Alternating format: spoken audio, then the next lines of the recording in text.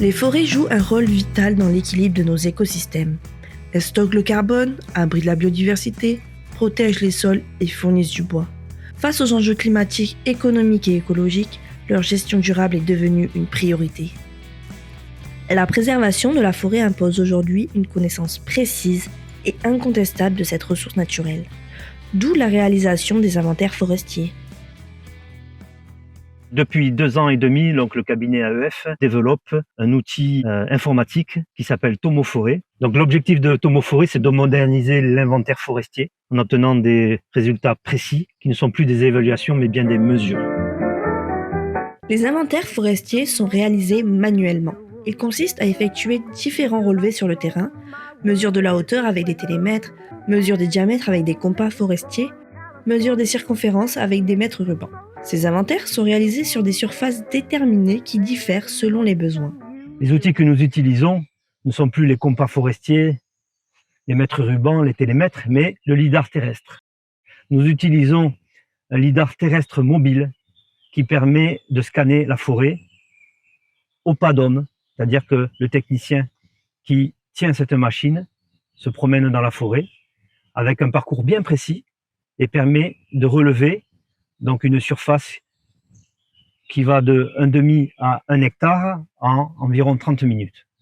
Comme on fait de la mesure, on a absolument besoin d'avoir un relevé lidar sous la canopée, très dense, pour que nos algorithmes puissent mesurer les arbres.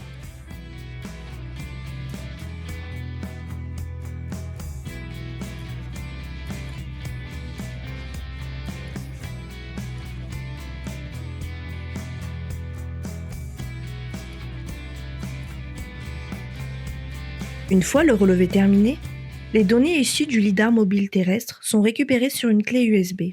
Ces données sont ensuite injectées dans le logiciel FaroConnect, qui assure la reconstruction SLAM, c'est-à-dire la cartographie et la localisation simultanée. À la sortie, un nuage de points complet et un fichier compressé au format .las est prêt à être traité.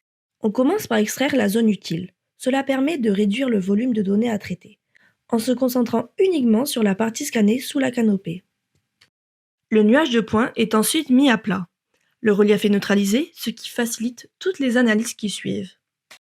Une coupe tomographique est effectuée à hauteur de poitrine, soit 1,30 m. À cette altitude, les troncs apparaissent sous forme de sections circulaires clairement identifiables.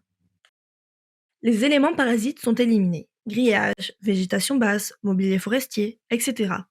Tout ce qui n'est pas un tronc est supprimé. Les points restants sont regroupés. Cela permet de commencer à individualiser les arbres. Chaque amas circulaire est analysé pour déterminer son barycentre et son diamètre équivalent. À ce stade, la position X et Y de chaque arbre est connue avec précision. On passe à l'extraction complète de l'arbre. Grâce aux coordonnées et au diamètre, le logiciel reconstruit son volume. 2 élagages sont ensuite appliqués. D'abord un élagage vertical par parallépipède, puis une traque du barycentre en hauteur, pour suivre la forme réelle du tronc. 4 attributs principaux: la position XY de chaque arbre, le diamètre, la hauteur et le volume de chaque arbre. Les données de l'analyse sont exportées en format .csv. Cette base de données comprend de nombreux attributs dendrométriques.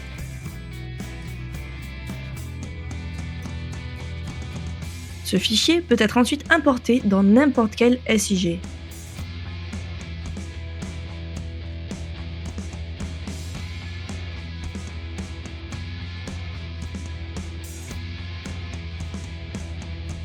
Il ne s'agit donc plus d'inventorier une forêt, mais d'inventorier des sujets qui composent la forêt. Donc Tomoforêt permet d'obtenir des inventaires d'une grande précision qui vont permettre d'améliorer la gestion forestière et la connaissance des forêts.